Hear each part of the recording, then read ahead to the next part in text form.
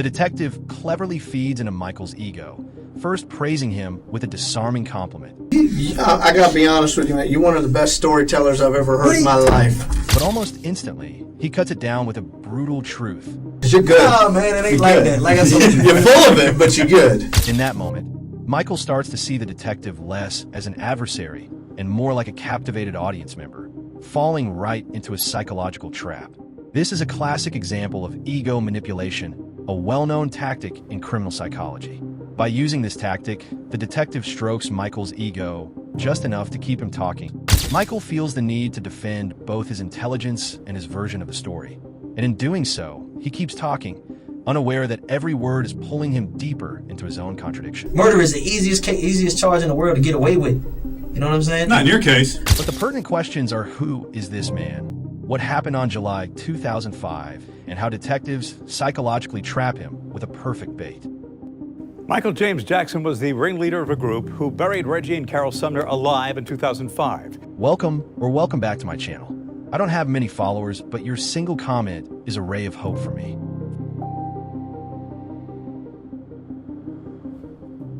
In early July 2005, Tiffany Cole, her boyfriend Michael James Jackson, Alan Wade, and Bruce Nixon conspired to kidnap and rob Reggie and Carol Sumner, a 61-year-old retired couple living in Jacksonville, Florida. The Sumners had previously been acquainted with Cole, who used that familiarity to help gain access to their home. The group asked to use the phone, which allowed them inside. Once in, they bound and gagged the couple, forcing them into the trunk of a car. They then drove them across state lines to a wooded area in Georgia where a shallow grave had already been dug. Shockingly, the Sumners were buried alive while still conscious and left to die. During the course of the crime, Michael Jackson used the couple's ATM cards to withdraw over $1,000 from various banks, while Tiffany Cole pawned off some of their stolen belongings. The case began to unravel when unusual ATM activity triggered a bank alert, allowing investigators to begin tracking the suspects. Finally, cops arrest Michael Jackson and brought him in for the interrogation, and today we will focus on the psychological elements of this interrogation.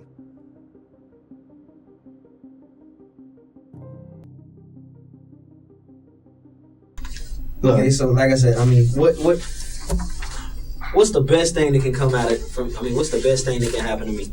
The best thing? If the whole truth, y'all get there. If everything comes out positive, everything comes out. The absolute best thing is, if you were to be cooperative and tell everything, the best thing is, they're probably not going to seek the death penalty. Okay? But that's on the table right now. We can't make that deal. Okay? Nope. That's up to the state attorney and your attorney. Early in the interrogation, the detective emphasizes the reality of Jackson's situation, telling him that the death penalty is still on the table, and that his only shot at avoiding it is through cooperation. You come wholly clean with them, or wholly clean with us after talking with them, you know, they can make those arrangements. I can't do that, okay? You're looking at some time right now. If you're convicted, right now the way things stand. So you said, right now the way things stand, charged with first-degree murder. If you're convicted of first-degree murder, you have two penalties. Life or death. Yeah, no. That's it. Okay. I'm not ready. He cannot make a deal that takes that off the table. The detective doesn't scream, threaten, or pressure in a physical way. Instead, he maintains a calm but authoritative tone. This fosters a false sense of control in the suspect, making him feel like he's engaging in a negotiation or mutual conversation. Basically, last time I went to court, I don't really know what's going on because, like I said, I ain't got a discovery yet to really know, what's happening. But the last time I went to court, he put in the motion for the bond or whatever, and the judge said something about to the state. He said something about the detective got to file an affidavit or something about if evidence is evident or you know what I'm talking about?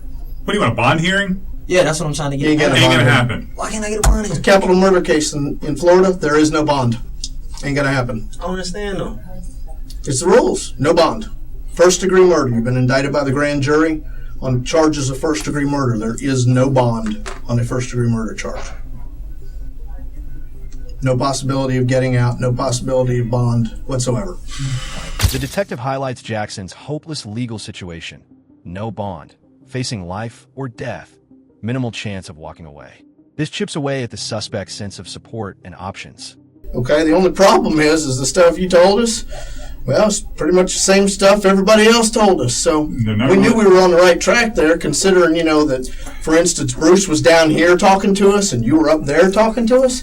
Kind of makes it real hard for you guys to coordinate a whole lot about anything that's going on. You know what I'm saying? So we knew what you were telling us in the beginning was the truth. Okay, now we also know you had darn near a year to work your way out, for what's going on. No, I'm saying what I told you, I don't deny it, you know what I'm saying? Okay, in the beginning, I told y'all, I was there. I said I held a flashlight. Yep. As Jackson continues changing his story, from holding a flashlight to denying being at the scene, the detective allows it to unfold naturally. He doesn't erupt, but quietly builds a list of contradictions. Said, you know what I'm saying, all kind of shit, you know what I'm saying? Mm-hmm. I'm not denying at the time, okay, that I didn't know what I told you know what I'm saying? I'm not denying that. But what I'm denying, where I fucked up is, like I said, I shouldn't have never said I was there. You know what I'm saying? I ain't had nothing to do with killing nobody, you know what I'm saying? I might have known about the shit and all this other shit, but as far as having anything to do with it... Well, tell me what you know about it, then. The detective revisits previous statements Jackson made in earlier interrogations, subtly forcing him to either stick with or deviate from those versions. Jackson eventually admits he shouldn't have said he was there. You keep giving me a story, but then you don't give me nothing to back it up, you know what I'm saying? But see, that's the point, though, like... if I tell you I'm a police officer, you want to at least see some credentials that says, damn, he is a police officer. You give me something, but you ain't give me nothing to back it up. They never give me nothing to back it up. What do you need, though? That's what I'm saying. What do y'all need? I need you can the say, truth. tell me this, tell me that. I need the truth. No, I haven't said tell me this, I need the truth. What did you know? What did you see? What was your role in all this? And don't try to tell me you didn't have no role in this, okay? I'm going to tell you this, though. Like I said, in the murder, I ain't had nothing to do with no murder. Okay. Now, I'll say that till the day I die. They did. All three of them had to do with All three of them did. Okay. Just from my understanding, man, all I knew was simple as this, you know what I'm saying? I knew, like I said, it was involved in a lick. It was involved in money. I'm interested, you know what I'm saying? It was simple as that. It came down to money, and then later it came down to, 2 people died for this shit, you know what I'm saying? Oh, shit, what do you mean 2 people died for this shit? You know what I'm saying? I need to know what's up. I ain't even gonna lie. In the time, okay, I'm thinking, what can I do? You know Tell me about the lick. Instead of demanding full confession, the detective allows Jackson to say things like, I didn't kill anybody, but I knew about it. This makes Jackson feel he's still defending himself, while actually admitting crucial involvement. Who thought it up? Whose idea was it? How did we get into... Alan came to me with the card. I knew what to do from there. Just because, it's... Well, I've had past experiences how did he get the card? Shit like that. They stole the card. How they know together to steal the card? That was all from Tiffany. No, like I said, that's all from Tiffany. Tiffany knew the girl. Tiffany knew these people. She knew these people had money. The people used to live with her. You know what I'm saying? How long you known Alan? Since 2000. We moved here in July. Yeah, I'd say about 8 months. Y'all were living in Arlington near each other? I lived in the club. He lived in Images. Okay. So, total time. So you known each other a while? A year. From the time that I met him to the time we got arrested, a year. About a year? Because we moved to Florida in July of 04. And y'all arrested us in July of 05. Who moved to Florida in 04? Me and Carmen. Detectives allow Michael to ramble endlessly, sharing convoluted stories about scams, hotels, people, timelines, without much interruption. By letting the suspect speak freely, the detectives subtly relinquish control. This freedom leads Michael to believe he's directing the conversation. In reality, he's exposing contradictions, building a timeline of guilt, and psychologically exhausting himself. It's also tied to the illusion of agency, which makes the subject feel like a willing participant, even when they're being led. Most Corner, staying on Most Corner? Yeah, me and her. Well, West Ashley, because I stayed with her. Okay. And then we moved from there to Monk's Corner, and then from Monk's Corner, that's when we came down to Florida. Okay. We didn't even know where we was going to live. And you and Carmen came down here together? Yeah, we stayed at the airport for like a month, and then we found the apartment in the club, and lived there from there. So you and Carmen come down here, and then you met Alan when you got here? Yeah, I met Alan. It sounds crazy, but I met Alan through ecstasy. You know what I'm saying? Damn, like the drugs or the club? The drugs or a stripper? Okay, my fault. I should clarify that. No, through the drugs, but not through you're at your parties, you're rolling. No, you selling, you slinging, or is he slinging? He knew somebody that had the pills. Okay. You know what I'm saying? And I knew the same person from being in the strip clubs with Carmen and shit, and we just ended up like, oh, I live over here. Yeah, I live over here. Oh, what's up? How you doing? And you know, close by, so you just start hanging. Went from there. Okay. The detective uses long silences, minimal prompts, and vague confirmations like, tell me more, or what do you mean by that, to keep Jackson talking. Jackson starts rationalizing and volunteering new alibis. The three of them came up with this plot. Nah, see, this is all I knew. Like I said, he came to me, he was like, look, okay, I got a lick. You know what I'm saying? He done seen me pull licks. I just hit a lick, you know what I'm saying? All this other shit. He knows I'm good with it. Okay, I got somebody to call instantly. That's the first thing that will go through my mind. I got somebody to call. He calls me. I come down there. You know what I'm saying? Okay, what's up? Come down where? To Florida. Okay. You know what I'm saying? I come down here. What's the deal? Man, look, over 100,000 and over 100,000. Supposedly, Tiffany talking about the lady said they sold some kind of condo or some type of fucking townhouse they had for over $99,000 and shit. Okay, my interest is peaked. I'm ready to get the money. You know what I'm saying? But I ain't asking. I should have asked questions, you know what I'm saying? But I ain't asking no questions because in my mind it's like I think you're just gonna get some quick money and go. Get the money and haul ass. If anything, that's on y'all. How do you know Tiffany? The detective repeatedly references things other suspects, like Bruce or Alan, already told them. It makes it seem like they know the full story. So any denial by Jackson will stand out. I knew Tiffany because I robbed Tiffany. That's how. Way back. You talking about in Charleston? Yeah. Nah, I met Tiffany in. Didn't you tell me before about taking the cocaine? Yeah, I found a little box that had. I didn't know it was coke in it. Now it just had coke in it, weed in it, money in it. I just jacked the. Ooh, but I mean that was in Charleston. How long ago was that in Charleston? May of this year? No, last year. Last year, 05. Yeah, because May. This is what happened. I met Tiffany in May. I came back. I left Florida in February the 7th. I turned myself back into Berkeley County. Did 3 weeks in the detention center. They reinstated my parole. And released you. Yeah, pretty much. I went from there. Stayed out of trouble. Everything was fine till the month of May. I met Tiffany. Jacked in the hotel. The next month. Which hotel was she in when you did that? Shit, we had in the hotel. The Budget Inn. Little cheap ass. Where at up there? On International Boulevard. Rather than instantly correcting inconsistencies, the detective collects them. He waits as Michael contradicts his own version of events repeatedly. Lying is mentally demanding. The more details Michael invents, the harder it is to keep track. By letting him run his mouth, the detective increases Michael's cognitive load. Eventually, his memory can't keep up with his own lies, resulting in cracks, pauses, and slip-ups.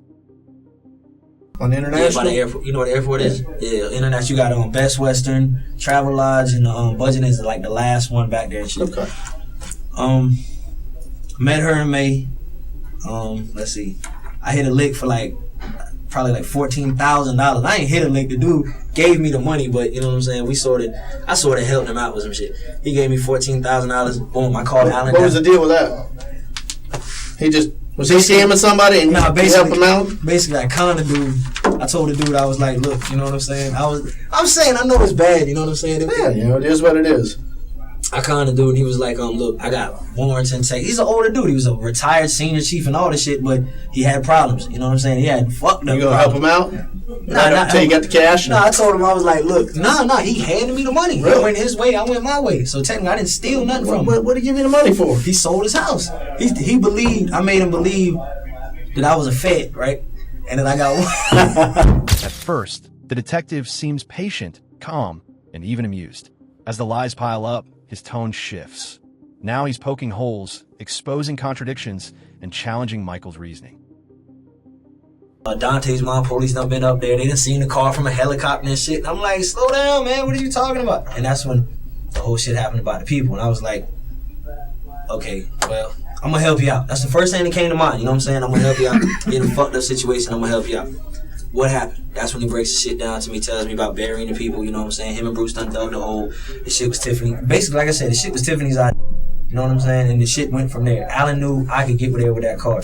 You know what I'm saying? I told Alan, I ain't gonna lie to you, in the beginning I asked him, I was like, why didn't you just tell me about the murder? Why didn't you ask me to help you with the murder? You know what I'm saying? Because, I mean, you know how shit is. Shit's fucked up. You can't trust nobody, man. But you went down there to help him with the lick initially, didn't you? Yeah, but a lick stealing some money is a tidbit different from killing two fucking people. You know what I'm saying? Well, like I told y'all this, man. And look, I don't care if you quote me. I'll say this in front of the judge, man.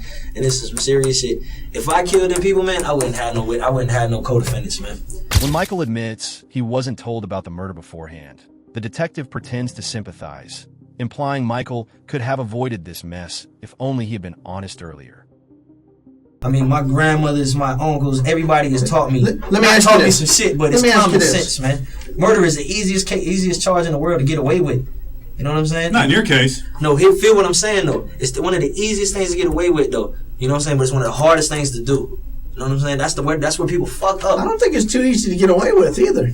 The perfect crime is the one nobody knows about. Well, Look at all the unsolved murders that are in this world. That's because one motherfucker did it. Look at all the solved murders that are in this world. I don't knock it. You know what I'm saying? I don't knock it. Sometimes it's just one person, and it don't make any damn difference. But that's a stupid motherfucker, though. You know what I'm saying? That's probably 9 out of 10 is a person that didn't want to kill somebody. It wasn't premeditated murder. I'll put it that way. Michael makes absurd claims, like how murder is the easiest crime to get away with. The detective allows him to say it, then quietly demolishes the logic by referring to solved versus unsolved cases, and even mocking the idea that this murder could be pulled off cleanly. But if a person that usually 9 out of 10 gets caught, I'm pretty sure it ain't premeditated. If a person's gonna sit there and plan, think, act it out, come on, man, you're gonna literally go through your brain. Okay, I gotta do this. I'm smart enough to know how to do this. Come on, they practically put it on TV how to get away with anything these days. I gotta be honest with you, man. You're one of the best storytellers I've ever heard in my life. You know, but you're spinning stories to me, man. The detective boosts Michael's ego just enough to keep him talking, then pulls the rug out. This builds emotional dissonance. Michael wants to defend his intelligence and his version of events, so he doubles down, digging a deeper hole in the process. But that's why I said. I mean, is there like a campfire or something in the jail that everybody gets around at night and listens to you spin stories? Because you're good. Oh man, it ain't like that. Like I told you, you're full of it, but you're good. Listen, like I told you from the beginning, I fucked up. You know what I'm saying? The same thing I told my grandmother. My grandmother asked, "Why did you do that?" The detective starts subtly mocking Michael's logic without yelling. By treating Michael's elaborate lies as entertainment rather than threats, the detective neutralizes their power. It's psychological de-escalation by mockery, a form of non-aggressive invalidation that makes the suspect question the credibility of his own story. It wasn't the simple fact that, you know what I'm saying? Okay. Why don't we go back to the first story you told us, which is, oddly enough... I remember everything I told y'all that. Oddly enough, Michael, that's the one I believe, okay? Because... That's the first one you're going to read because, okay, you know, I've been sitting in the room for 2 hours. No, let me rephrase that. The beginning of the story you told us that night was total crap, okay? The beginning of it, don't know nothing about nothing. You didn't call anybody. I don't know. Well, I would never call the freaking police. You think I'm stupid? Well, I spoke to you. You want to hear it on tape? Okay, yeah, I called the police. Okay, yeah. I mean, we went around and around and around, and you kept kind of sort of remembering it. Okay, yeah, okay, we got you on that one, so I'll go ahead and come clean on that. But that's what I just told you, though. I told him I would help him out, and that's when I called y'all. The detective circles back to Michael's original statement from a prior interrogation. The first version of a story tends to be the most accurate before a suspect begins adjusting their narrative to fit new information or perceived risks. By returning to that original account, the detective signals that all deviations since then are likely lies, pushing Michael back in a psychological conflict with himself. You know what I'm saying? I called y'all. Okay. I don't even know how to say full of it, man. So you're sitting here telling us and expect us to believe that after Alan Wade sits there and tells you that he and Bruce killed this old couple, Alan somehow makes it back to Charleston, comes and talks to you, admits everything, and then gives you gives you the card back, and you get on the phone and talk and pretend to be the dead guy. Michael keeps denying involvement, but shows an in-depth understanding of events, timelines, financial accounts, who was where, and how things went down after the murders. So see, he gave me the card because I was like, okay, I'm going to either get on the phone, I'm going to get on the internet, I'm going to try to do something to open the card up. You know what I'm saying? To get the money. That's how the risk. He didn't tell me, hey, we just killed 2 people. Here, get this card open for me. That's what you said. You said the shit went down there with company. You need to call up the... What I'm saying, in the beginning, he didn't say, here goes the card, you know what I'm saying? Or no, he didn't say, we killed 2 people, get the card on. It was, get the card on, this is what happened. You done lost your mind, you know that? I lose my mind. Everybody else's story don't match nothing to that. Ooh, I ain't got nothing to do with everybody else's story. Here's your problem. You do have everything to do with that. And your story you just told us, interesting as it was, is crap, and I can prove it. Jackson shifts between indignation, guilt, rationalization, and confusion. This is no accident. The detective has strategically kept the pressure steady, breaking down his emotional defenses. Well, first of all, you, Alan, and Tiffany went together in the Silver Mazda back to Charleston, okay? Wasn't no splitting up, none of this shit. You want to see the video from you guys at the Enmark gas station in Pooler, Georgia, when you stopped for gas on your return trip? Where you... Yeah, we went back and forth to Florida and Charleston about 10 times. No. Oh, I know this was the day before you were caught. Can admit that. This is the day before you were caught. using the victim's card. I have all of that on video. And it didn't work. That's right. But you three are together on your return trip. Ain't no Alan suddenly shows up bullshit, okay? He rode with you up there. He freaking rode with you. You can't even look me in the eye and tell me that crap. No, listen, you're right. He rode with us, but like I said, he was up there 50 times. I'm done talking with you, man. He was up and down. You screwing around with me. How? He could be up there 50 times. He wasn't up and down there 50 times in the Mazda with the victim's card after they were dead. The detective lays out every piece of evidence. Video from ATMs, surveillance from gas stations, GPS logs from rental cars, and Michael's own statements. He doesn't suggest Michael is guilty. He tells him flat out that the facts already prove it. Okay? Because you didn't have that kind of time. Okay? The first time we talked to you, okay? The first time we talked to you was... What do you mean, the night? Tuesday night around the left. Well, it was close to midnight. No, it was close to midnight that I spoke to you. Okay? That was the first time I spoke to you. Okay? Wednesday,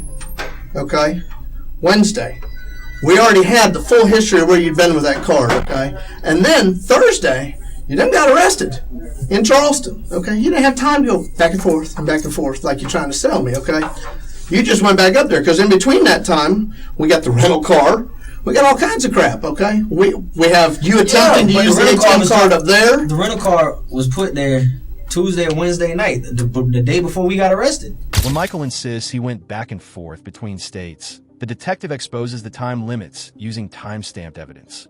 He proves that Michael didn't have time to do what he claims. You know, about 20 minutes ago, you told me that you and Tiffany went up there together, and somehow Alan just showed up and called you and said, I need your help. I need money. I need your help. Okay, that's bullshit. He rode with you in the freaking Mazda from Florida to Charleston. He was with you the entire time. When, though? No, I'm saying, okay, like, let me Tuesday. put this real simply, okay? After you all went to the people's house and took them away and took them to Baker County, okay, and buried them alive in that fucking hole, and then went and hit the ATM machine and went to the hotel, okay, after you did all that stuff, okay, then y'all stopped in Georgia on the way to Charleston. Then y'all get to Charleston, and I've got all your little ATM videos and attempts to use the card all the way along the way. The store has excellent video, by the way. I watched the Mazda pull up, watch all you three dumb jokers get out of the Mazda, okay, and go in the store. So ain't no separate cars, he met us crap, okay? You got to think of a new story, because this one ain't working for me. Michael keeps trying new versions, changing timelines, suggesting separations, creating plausible deniability. The detective smashes each one by showing contradictions or impossibilities. Now, this is even better, okay? Considering you didn't get there till, what, 3 a.m.? Something like that, and you immediately went and used the ATM machine. That's what I did, though. Then it's really, really hard for me to have you on video in the Walmart on Normandy Boulevard before that. Real difficult, isn't it? At the Walmart? At the Walmart on video, you and Tiffany, okay? And Alan, for that matter. Oh, I got so much crap on you. You are so freaking buried, you don't even know it. That's what I'm saying. You said on the night that the people got killed, I'm at the Walmart. You're at the Walmart. Who, man? Look here. Oh, wow, another bombshell. Hey, you know all that stuff you can do because you're good on the computer? Guess what? When was I supposedly at the Walmart? Like, the time frame? Well, it ain't supposedly. I have you on video at the Walmart. The detective doesn't ask Michael if he did it. He tells him it's already over. His words are meant to break resistance through total mental collapse. This is the moment where the suspect is mentally flooded with panic and fear.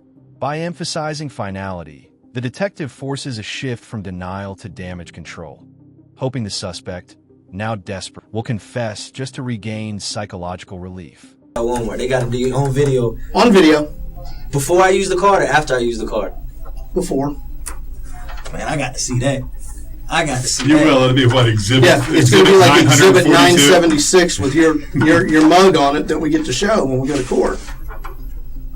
I got to see that one. Yeah, wow. Your lawyer ain't sharing all this with you? Man, my people about to get a new lawyer, man. Your people? Yeah. Because I don't know what's up with this dude. I got news for you. Your attorney that you have now is a good attorney. We about to get Bill Shepard or whoever the fuck that is. They said that damn, he's supposedly good. Please send him to speak to me. I'm just saying, that's what damn, because with Richard, man, I ain't got no, it's been 8 months, I ain't got no copies of Discovery. I don't know what's going on. Man, they been to see me one time in the 8 months. Man, I don't know what's going on, man. Who? Why you think I'm writing? Y'all trying to figure out. Well, you're right. I was hoping we'll tell you something that's entertaining. Okay, And it is entertaining. Right. And it is. And we're enjoying our conversations very good because fiction. they are. It's good for a chuckle. I'm telling you, That's about you need to write stories, okay? Because you're good. The detective repeatedly mocks Michael's lies, calling them entertaining, saying he should write stories. It's not cruel, it's calculated humiliation. Michael clearly wants to appear smart and in control. The detective attacks that self-image, not by yelling, but by ridiculing the performance. This undermines the suspect's confidence, increases ego stress, and creates an urge to salvage credibility, often through cooperation or emotional admission. Trying to get your ass out of a crack. I mean, don't look at me and tell me what to do. You stood there while it happened. I believe you didn't do it, but I know you were standing there. Watch them be buried I alive. know you were standing there. Who would make up such a thing if you Who didn't would sit say there I was and watch holding them a be buried alive? flashlight while they did it? Who in their right mind would say that? The detective confronts Michael's claim that he just watched and didn't take part. He asks, if you were there and saw them buried alive, how could you not stop it? This tactic uses cognitive dissonance to trigger internal conflict. Michael claims to have a conscience, so the detective forces him to confront the contradiction between that self-image and his failure to act. It creates a psychological rift where guilt becomes inescapable. And understanding that at nearly every attempt you made, whether you got cash or not, I have you on video. Yeah, I know that. He showed me that. So that's first a night up. beautiful timeline to put you in different places at different times, which can prove that you weren't in other places at certain times. Then we'll just go from there to the rental car. Okay, rental car had GPS on it, so that puts you in certain places at certain times in the rental car. That puts the car there, though. Mm-hmm. I mean, okay, let's look at it like this. You right? And guess what, though? You right. The rest of the people you're with put you there. Okay. Yeah, but damn, I mean, that's like okay. That's like me and you committed a crime. Oh, he did it. No, he did it. Man, what? Oh. You're going to accuse me of committing a crime with you? I'm going to say, where was I when this crime was supposed to be committed? You say, bullshit. I was a fucking little champ on Old Middleburg Road. Go check the video. Yeah. You can't give us nothing like that, okay? Because it wasn't the way it was. I was at the mall purchasing You were already something. there. You already told us you were there. Everybody else told us you were there. The detective tells Michael that everyone, Tiffany, Bruce, and others, has already said he was there. Whether true or not, this tactic destroys any hope of a united front or consistent alibi. So, okay, well, right now... I mean, you could think of stories all day, but it ain't going to help. That's what I'm saying. So right now... The only thing I don't know is, you know, were you taking part in putting those people in the ground, or were you standing there going, this is fucked up? That's the only thing I don't know, okay? That's the only thing I don't know about this whole scenario. And I don't know exactly, you know, if I mean, go back to taking the smart card out of the satellite dish. Yeah. Who? What? The satellite receiver had a little smart card you can get free video and stuff off of, put in another card. That was missing out of the victim's house from, you know, earlier. That's not here or there. You know, and then we'll just go, okay, just go to the next level. You're the computer guy, right? You're the one that knows how to do that shit. You're smart enough to do it, so we're not going to play games. I mean, I know you can work that shit, okay? I also know that Tiffany ain't smart enough to do it, okay? Ain't no damn doubt in my mind. She couldn't do it if she wanted to. Yeah. You know I'm not lying. She ain't that bright, okay? And then we got Alan. If Alan knew how to do it, he wouldn't be calling you to do it, okay? Michael as the smart one, the one who could hack, forge documents, and manipulate systems, then uses that to pin him as the most responsible. Michael is flattered, then trapped. He wants to be seen as clever, but that means he's also accountable for the more complex parts of the crime. The tactic converts self-pride into criminal intent.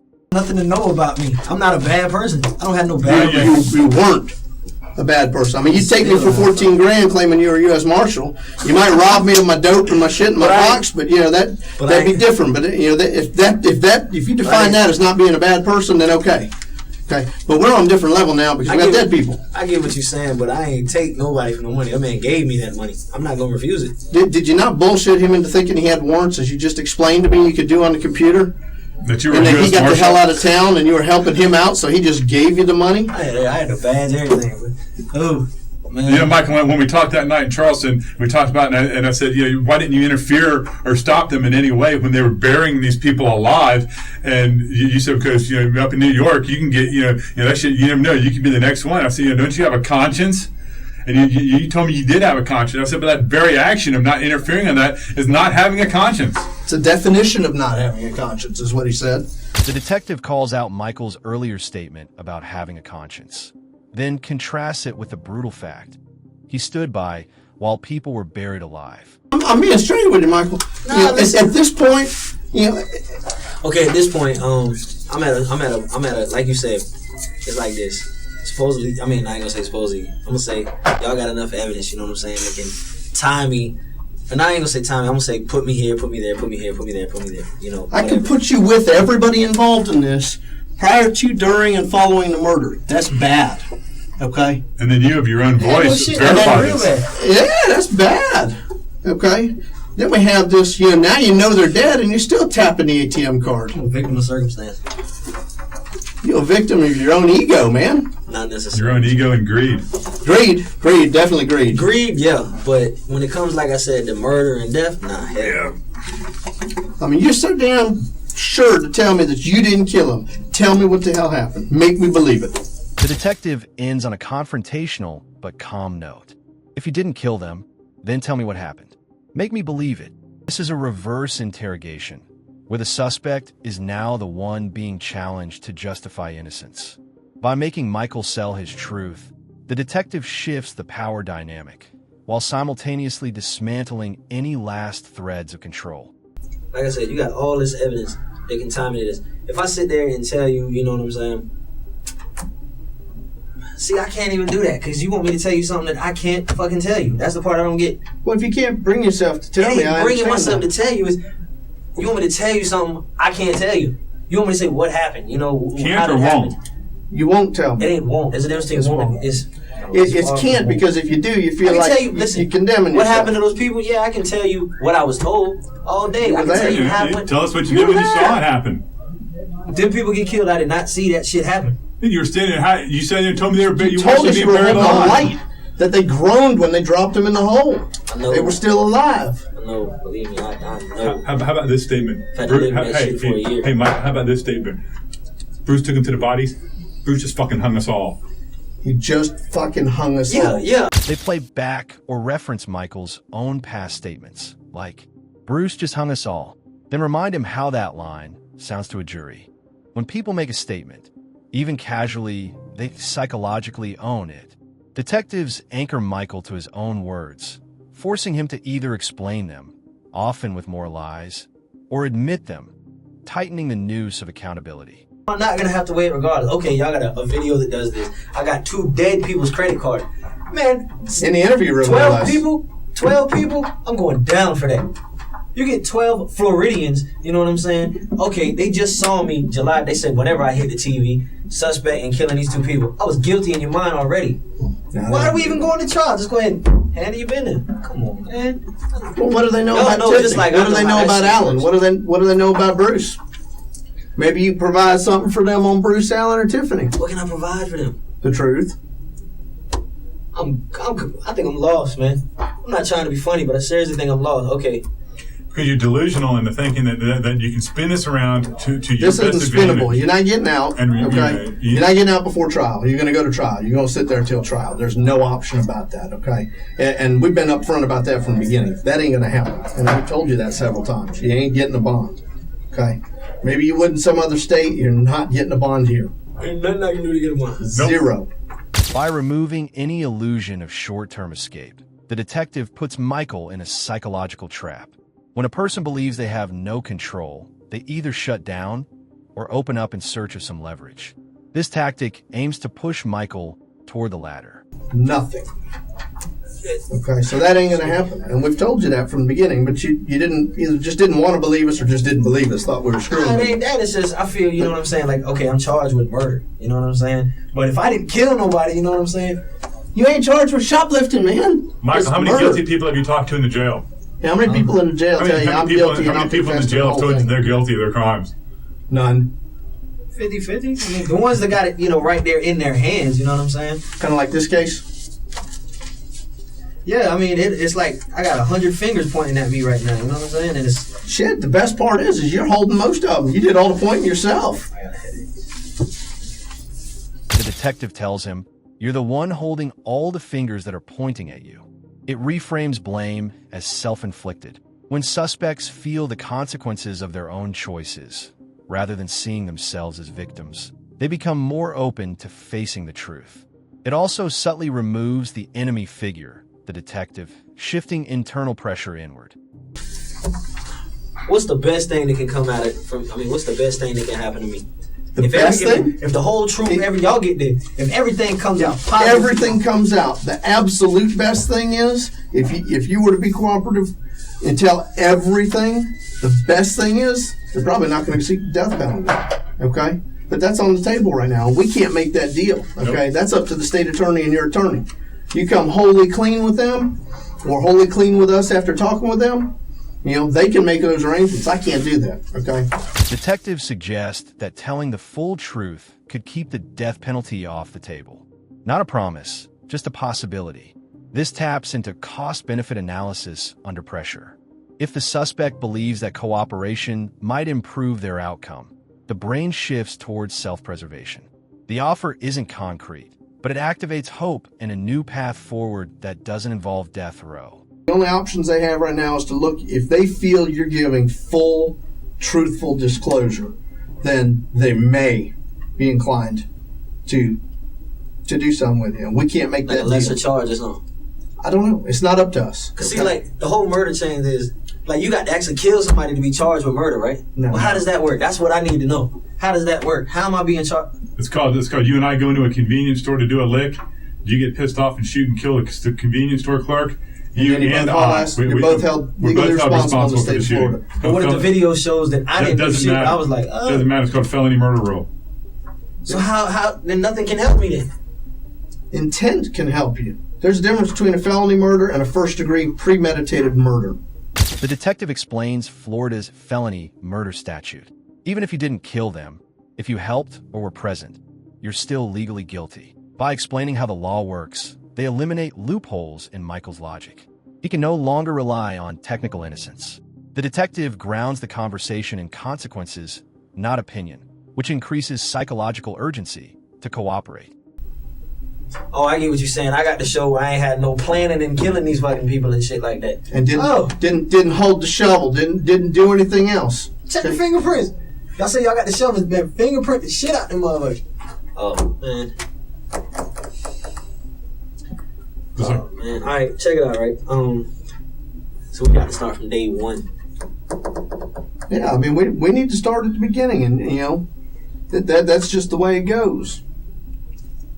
All right, check this out. So, like I say, I come out, give y'all whatever, you know what I'm saying, and then, like I said, got a bunch more shit, you know what I'm saying, that can help that state attorney. I'm talking about it. Do you want to talk to your lawyer about that? Allowing suspects to start fresh gives them the illusion of freedom, while actually locking them into a new confession path. The detective regains control by being passive, an indirect but effective form of psychological dominance. This is off the record, right? I'm talking about between me and you. This is the deal. My parents told me, the way my grandma said, she said, look, you got to do the right thing. My grandma told me straight up, you know what I'm saying? Because it's fucking life at stake, you know what I'm saying? So Michael references his grandmother urging him to do the right thing. The detectives use this hook, tying morality to survival. Can I have my lawyer then? You could. Yeah, but see, completely up to you. No, don't answer that. Don't answer that. But at the same time, you can do whatever you want. Today. I'm not. You do whatever you want. You said aside from this, you could know a whole bunch of other help out a whole bunch of other shit. A gang of shit. Like what? Man, look at it. Like I said, how serious the stuff we're talking about? What murder, drugs, all kind of shit. I'm talking about elite, right there in front of you. Not no, go here tomorrow. No bullshit like that. I'm talking about some serious shit, some real straight up shit. Like I said, look up the murder in Blanding that happened with the expedition. The dude, the dude ain't died. They took him to the hospital, but he didn't die. But the other motherfucker got away. I know where he at right now. I said, look at it. I think it was Clay County or some shit. I don't know how the whole border shit. I know everything in Jacksonville. That, like I said, I know what a gang of drugs is right now. I'm talking about keys of dope. Keys of dope. No bullshit. I'm not gonna sit there, like I said, fuck the stories, fuck this. This is my life. You know what I'm saying? Michael tries to pivot, offering information about other crimes, gangs, drugs, other unsolved cases as leverage. When suspects feel trapped, they'll often try to regain power by shifting the topic. The detective doesn't bite. Instead, he lets Michael burn energy offering less relevant intel, while silently reinforcing. we're not letting go of the murder. He's like, look, here's the deal. I got something. You know what I'm saying? Cause I ain't gonna lie, that's how the whole shit started. I chilled out with Alan, spending the damn $14,000. Alan went his way. Me and Tiffany came back here, and like I said, Back to Florida or back to Charleston? Not back here, back to Charleston. That's when it was. How did Alan know to find these people? Alan didn't know to find these people. Tiffany knew to find these people. Okay, so then how'd he call you to say, check this out? How the whole shit even came about, man, was damn. We stayed the night at them people's house. Me and Tiffany came down here to visit Alan. You know what I'm saying? This is before I even got my money. Matter of fact, was it? Yeah, hell yeah, it was before I even got my money. Came down here, and Tiffany was like, well, I know some people down here we can stay with. You know what I'm saying? Just to, sleep real quick, and because we visited Alan, but we could no hotel, some other bullshit, because her card, some bullshit with her fucking card, I don't remember. And then, that's when she called that lady up. We spent the night there, and then next day we was gone. You know Is that when the smart card got missing? Michael is forced to admit he stayed at the victim's home. He knew the couple. He had the ATM card. He was there when they disappeared. Now all that's left is, were you just watching? Or were you helping? Tell us the truth about that. Come on now. I'm gonna tell you how it was missing out of there. So she called, right? I remember because Tiffany called me. She was like, "Did you take a fucking satellite card or some type of bullshit out of that fucking thing?" And you lied to her and told her no. No, I ain't taking no. Nah. For what? I don't even have a house. What the fuck I'm gonna need a satellite card for? Who knows? Opportunity. Sell it to somebody. Nah, I ain't no damn crackhead type shit. Nah, I you want to make money? If you gonna get money, get money. Nah, damn. It's like I said, pretty much. How long before we visited them people one more time? It wasn't even one more time. It really just came back down here, was chilling out with Alan again. And then, like I said, we went over there. Matter of fact, because I left a fucking bag in her fucking house. That's how the shit happened. I left a fucking Nike bag in her house. And that's when the lady was like, well, the card was missing or some shit. And I was like, oh man, they trying to say we stole a fucking satellite. The entire interrogation reflects the Reed technique, a structured method used widely in U.S. law enforcement. Detectives isolate Michael, confronting him with certainty of guilt while offering a way out through confession. So is there like a specific time these people were supposed to be killed and all this other shit? Or, you tell me. But check this out. This is what I'm saying, though. What if I got... Am I going to give you enough information to go create a great story now? I don't want no evidence. This is what I'm asking you, though. What if I got proof, you know what I'm saying? Not no story, not no fiction. Proof that when these people were being killed, I wasn't there. If you have I'm talking actual proof. Okay, I'm going to tell you. If you have actual proof, then you're the dumbest motherfucker I've ever met in my life to withhold that from us to show that you were somewhere else. You're not hearing what I'm saying, man. It's not that simple, man. It is that simple. This your life in the balance, isn't it? You have proof you're not there. I ain't sitting on that shit. That would have come out the first night. That'd have been. This is where I was. This is where I was. Go check that. Go check that person. Check that person. Here's their phone numbers. Here's how you can find them. Believe me, it ain't that simple. It's always that simple. No, it's not. Detectives flood Michael with details, legal jargon, and moral dilemmas, overwhelming his ability to think strategically. They challenge him with things he said earlier, loop back to past inconsistencies, and remind him what others have confessed. Trust me, man, it's not. It might be in Florida, but trust me, it's not. But guess what? You're in Florida, man. This is all I'm saying. If I can get you proof, not like I said, not no story, not no person coming in to say, oh yeah, he was with me. No bullshit. I'm talking about actual proof. When these people were supposed to be being buried now, I was here. I wasn't there. That'll help me? I'm talking about like... Where's here? Where's there? What do you mean? Where were you? If they in Georgia getting buried, okay, and I got proof, at that time, I wasn't nowhere near that shit. Where were you? Know what I'm saying? Man, look at I wasn't... You can't even tell me, so I mean, I think you're full of shit, you know what I'm saying? I understand what it looks like, but I'm just saying, though, that'll help me, right? How many... Look, we've danced this dance about a half dozen times right now, and every time you tell me, I got some proof. What if I have proof? You ain't never giving me nothing to show that you got any proof, okay? I can bring you proof. No, you give me nothing. When my grandma comes down there, I can bring you proof. You tell me you're at Grandma Dimple's house that night? No, it wasn't. Nah, but you'll see, though. I guarantee you, though, she'll bring y'all proof. Not no statement and no confession. She'll bring y'all proof. I look forward to seeing that, and if she has proof... They repeatedly reference his grandmother, his future, and his chance to do the right thing. These emotional appeals are meant to activate guilt and shame. I'll tell you, everything you told us that first night, okay, about being there when all this happened, I got no doubts about it, okay? No doubts at all. Because you couldn't know at that time what everybody else was telling us, okay? You couldn't know it. You weren't sitting in the room with us when we sat in there with Tiffany. Okay, well, my partners were sitting in with Bruce. There's no way for you to know What do you mean? what was going on during those interviews and what they told us. Right? Excuse me. What do you mean? What would it matter what they told y'all? Well, how can you just make some shit up? Okay, how can you just make it up and it just happens to match I get what you're saying. everything that they're telling us? You're saying I couldn't know the exact story. Exactly. Micah, And yet, hey, look, the stories match. Okay, When y'all- it doesn't take a damn rocket scientist to realize that you told us the You truth. feel me though? It said the people got killed a week before y'all arrested us. That gives me a whole week to find out what happened. about the only thing that you told me that night that wasn't true is your degree in abnormal psychology From NYU. Although that was a nice touch. I'm telling you, you're a storyteller. You're good at it. They sarcastically mention his supposed NYU psychology degree, calling him a storyteller. By attacking his credibility, they chip away at his confidence and attempt to shift control. And I just it ain't So you tell storytelling. me you'd rather go man. sit your ass back in the jail than tell two detectives whose vow is to seek the truth. I mean, you keep telling us you have this proof, but you won't give it to us, okay? You prevent me from doing my job, hey, that's on you. Well, how does it work? You call your lawyer. You tell him what that proof is, and he'll tell you whether or not we need to know. Tell him you're going to call and tell us and see what he says. I told my lawyer, I said, look, I got proof that can free me. Not free me, but I told him, I was like, look, I got an alibi and I got proof, man. Okay, I'm going to be in there to see you. I've seen y'all more than I've seen him, then man. give us what you got, and we'll go verify it. But I ain't told him nothing. I said, look, my grandma will come down here and she will talk to you. Then call She him. will pay you, do Take whatever care of you that. need to But do. I mean, until you're ready to tell us the whole truth. But if I call him and tell him again, look, this, and that, and the third, okay, I'll be in there to see you. Man, what?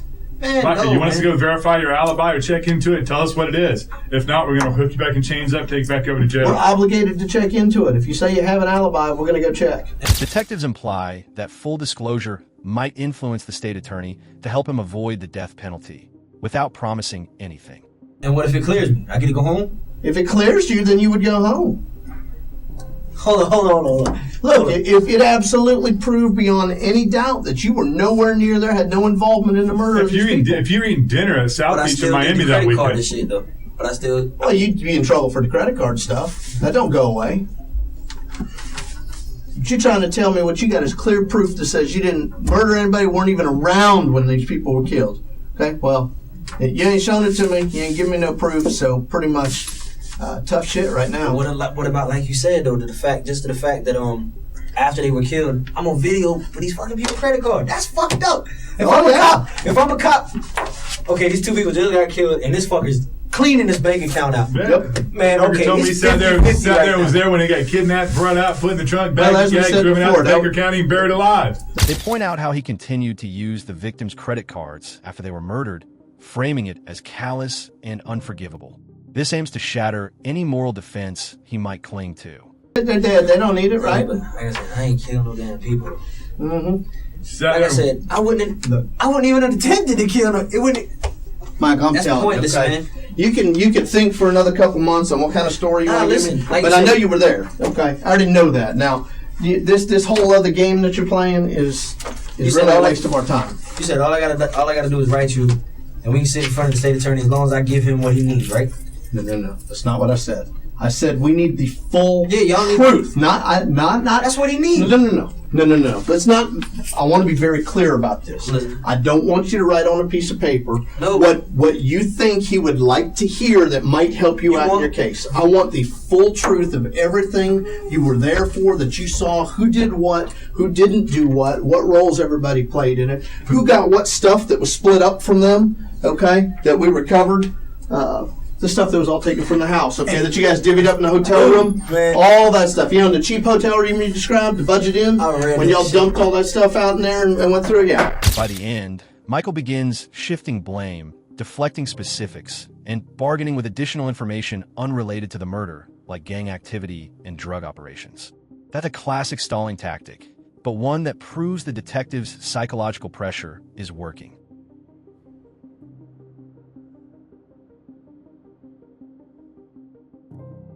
Michael James Jackson was the ringleader of a group who buried Reggie and Carol Sumner alive in 2005. Supposed to be retried with his co-defendant Alan Wade last year, but the judge agreed to separate the two cases after Alan Wade started crying during jury selection in the courtroom. Now, Wade Wade's resentencing went on as planned last year, but now it's Michael Jackson's turn. So here's how we got to this point. Michael Jackson, Alan Wade, and Tiffany Cole were all convicted and sentenced to death for the Sumner's murders, but their sentences were thrown out because they were not unanimous jury recommendations for death. In the 2005 murder case of Reggie and Carol Sumner, Michael James Jackson was convicted of 2 counts of first-degree murder, kidnapping, and robbery after he and his co-conspirators buried the elderly couple alive. Now, this is footage from Alan Wade's resentencing last year. Now, his defense argued that he was not the mastermind behind the murders, and after several days of testimony, Wade was resentenced to life without parole. He is now back in a Florida prison.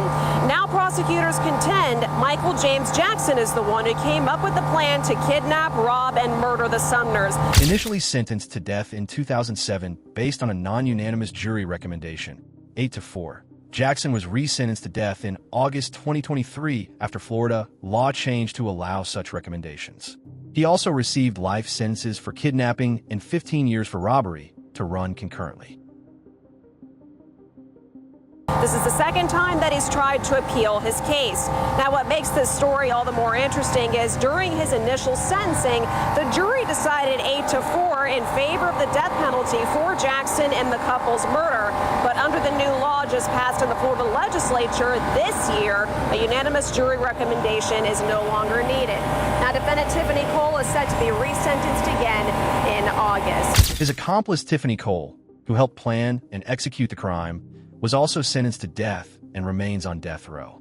Alan Wade, another key participant, received a death sentence as well, though was later commuted to life without parole.